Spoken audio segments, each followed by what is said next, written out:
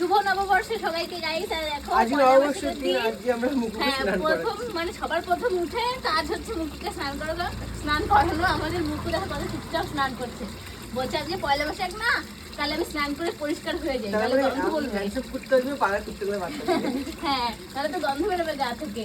কোনদিন স্নান করানো হয় না, গরমের দিনেও ভালো স্নান করে না, মা তো স্নান করায়। মা স্নান করায়, আমরা তো স্নান করি না অনেকদিন। অনেকদিন পর আমাদের হাতেও স্নান করছে।